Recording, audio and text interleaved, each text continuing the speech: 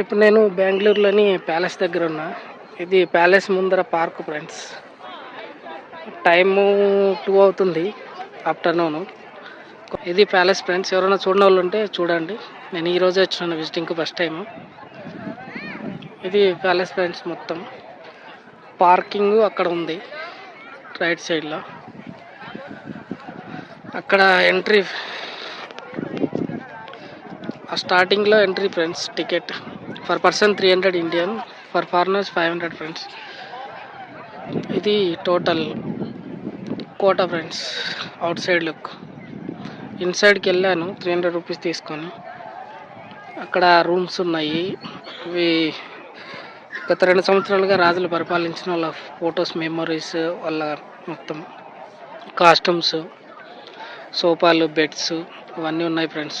లోపల ఫోటోగ్రఫీ ఎక్కువ ఉంది.